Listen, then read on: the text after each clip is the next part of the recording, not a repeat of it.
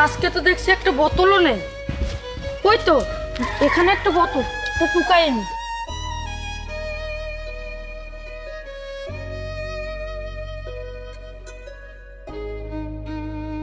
বাবা, না না ভাই, এত কম বাজেটে আপনাদের প্রজেক্ট সম্ভব না। বাবা, আচ্ছা ভাইয়া, আমি কিছুক্ষণ পরে আপনাকে কল দিচ্ছি। বাবা কেমন আছো তুমি? আরে স্যার, আপনি বিয়ে করলেন কবে?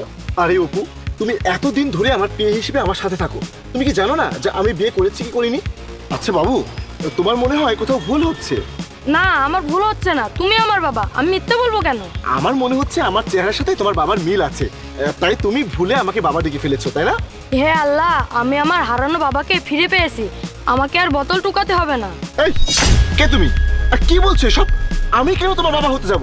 বাবা, তুমি আমার সাথে রেগে কথা বলো না, নাহলে আমার খুব কান্না লাগে। এই পিচ্চাই, তোর কি মাথাটা খারাপ হয়ে গেছে নাকি? সে কখন থেকে তুই আমাকে বাবা বাবা করে যাচ্ছিস? আর শোন, তুই যেমন টোকাই, তোর বাবা মাও তেমন টোকাই। আর শোন, আমার ছেলে না কখনো টোকাই হতে পারে না। তুই হয়তো জানিস না যে আমি কে, কিন্তু আমি তোদের মতো টোকাইকে খুব ভালো করে চিনি। অপু, তুমি ওকে 100 টাকা দিয়ে দাও তো। ঠিক আছে স্যার, এ নাও ধরো। একে আমি কতবার করে বুঝালাম যে আমি ওর বাবা নই, তারপরেও বুঝতেছে না। না, আমার টাকা লাগবে না, এই পৃথিবীতে যার বাবা আছে তার কোনো টাকা লাগে না, একটা ছেলের কাছে তার বাবাই সব। এই টোকাইয়ের বাচ্চা, এই টাকা নিলে নে, তা না হলে এখান থেকে চলে যা। বাবা, মা অনেক অসুস্থ, চলো না মাকে দেখে আসি, মাকে না হয় তুমি এক নজর দেখে চলে আসবে। স্যার, মানলাম এই ছেলেটার সাথে আপনার রক্তের কোনো সম্পর্ক নেই, কিন্তু বাচ্চাটা যখন এত করে বলছে, তাহলে চলেন না আমরা ওর মাকে গিয়ে দেখে আসি। আরে অপু, তুমি সব কি বলছো? একটু পরে আমাদের একটা ইম্পর্টেন্ট মিটিং আছে, আমরা ওকে কিভাবে সময় দিব? স্যার, মিটিংটা না হয় আমরা কালকেই করব, চলুন না স্যার, একবার ওর মাকে গিয়ে দেখে আসি। আচ্ছা ঠিক আছে অপু, তুমি যখন এত করে বলছো। এই, তোমার বাসা কোথায়? আমাদের বাড়ি ওইদিকে, চলো বাবা, আমি তোমাকে নিয়ে যাচ্ছি।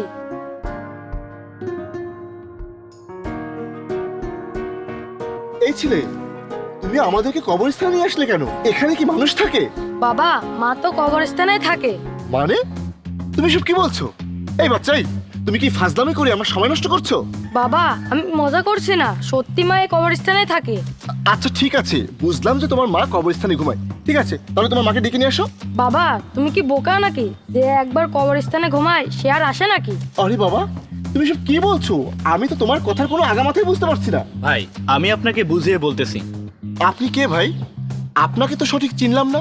আপনি এই পিসিটার সাথে কথা বলতেছিলেন না, এই পিসিটা আমার বাসার সাথেই থাকে। ও যখন আরো ছোট ছিল তখন ওর মা অসুস্থ থাকতে থাকতেই মারা যায়। ওর বাবা একজন গরিব ফ্যামিলির মানুষ ছিলেন, সাধারণ একজন গার্মেন্টস কর্মী ছিলেন। ওর বাবা যেই গার্মেন্টসে চাকরি করতেন সেই গার্মেন্টসের মালিকের মেয়েকেই বিয়ে করেন। ওর বাবা অনেক নিষ্ঠুর। ও যখন আরো ছোট ছিল তখন ওর বাবা ওর মাকে ফেলে রেখে আর একটা মেয়েকে নিয়ে চলে গিয়েছে। তারপর ওকে আর ওর মাকে আমরাই দেখাশোনা করতাম। ওর মা মারা যাওয়ার পর ও একদম একা হয়ে গেল। মানে বুঝলাম না, আপনারা কি ওকে দেখে শুনে ভালো মতো রাখতে পারেন না? ও রাস্তাঘাটে এইভাবে বোতল টুকিয়ে খায়, আপনারা কি ওর একটু লেখাপড়ার ব্যবস্থা করে দিতে পারেননি? ভাই, আমরা তো চেয়েছিলাম ওকে লেখাপড়া করানোর জন্য, কিন্তু ও তো স্কুলে যায় না। ভাই, একটা কথা আছে না, অভাবে স্বভাব নষ্ট। ওর বাবা যখন ওর মাকে ছেড়ে চলে যায় তখন ওর মাও বোতল টোকাইতো, আর সেই স্বভাবটা এখন ওর মাঝে চলে এসেছে। কিন্তু ভাই, ও কিন্তু টোকায় না। ওকে বলেছিলাম বোতল টোকানো ছেড়ে দাও, কিন্তু কি বলেছে জানেন? ও বলেছে বোতল টোকালে নাকি ওর মায়ের কথা ওর মনে পড়ে যায়, ওর মা নাকি ওর পাশে থাকে, এটাও অনুভব করে। আর সত্য কথা বলতে কি, আজ পর্যন্ত কাউকে বাবা বলে ডাকেনি। আমি আজ পর্যন্ত ওকে কত আদর যত্ন করছি, কিন্তু কখনোই ও আমাকে বাবা বলে ডাকেনি। আজকেই ফার্স্ট টাইম ওর মুখ থেকে বাবা ডাক শুনলাম, আর আপনাকে বাবা বলে ডাকলো। ওর মায়ের নাম সাথী। কি? সাথী? আচ্ছা ভাইয়া, দেখুন দেখুন তো ভাইয়া, এই মেয়েটা নাকি? হ্যাঁ, এটাই তো। এই ছবিটা আপনার কাছে কিভাবে আসলো? এই ছবিটার মেয়েটাই তোর মা। আর আপনি কে? ভাই, আমি সেই হতভাগা, ওর বাবা। বাবা, তুমি আমাকে ক্ষমা করে দিও। আমি টাকার নেশায় পড়ে তোমাদেরকে ফেলে শহরে চলে গিয়েছিলাম। তুমি বিশ্বাস করো, আমি শহর থেকে ফিরে এসে তোমাদেরকে অনেক খুঁজেছি, কিন্তু তোমাদেরকে আমি কোথাও খুঁজে পাইনি। বিশ্বাস করেন ভাই, এই কথা শোনার পরে আমার মাথার উপরে আকাশ ভেঙে পড়েছে। আমি কিছুই বুঝতে পারছি না। বাবা, বাবা তুমি কেঁদো না প্লিজ, তুমি কাঁদলে আমার মায়ের আত্মা কষ্ট পাবে। বাবা, আমি তোমাদেরকে অনেক কষ্ট দিয়েছি, প্লিজ তুমি আমাকে ক্ষমা করে দাও। ভাই, আপনি আপনার বাসার সামনে এভাবে কান্না করবেন না। আপনার কান্না দেখলেও আরো ঘাবড়িয়ে যাবে। ভাই, আমি নিজেকে আর সামলাতে পারছি না। আমি এটা কি শুনলাম? এতদিন পর আমি আমার ছেলেকে খুঁজে পেয়েছি, আর ওর মা বেঁচে নেই। ভাই আপনি ঘাবড়িয়ে পড়বেন না, আপনি এভাবে কান্না করলে ও কষ্ট পাবে।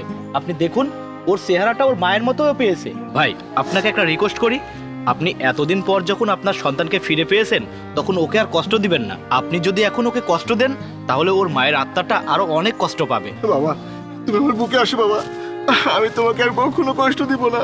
বাবা তুমি আমাকে কখনো ছেড়ে যাবে না তো? না না বাবা, আমি তোমাকে আর কখনো ছেড়ে যাবো না, কখনো কোনো কষ্ট দিব না।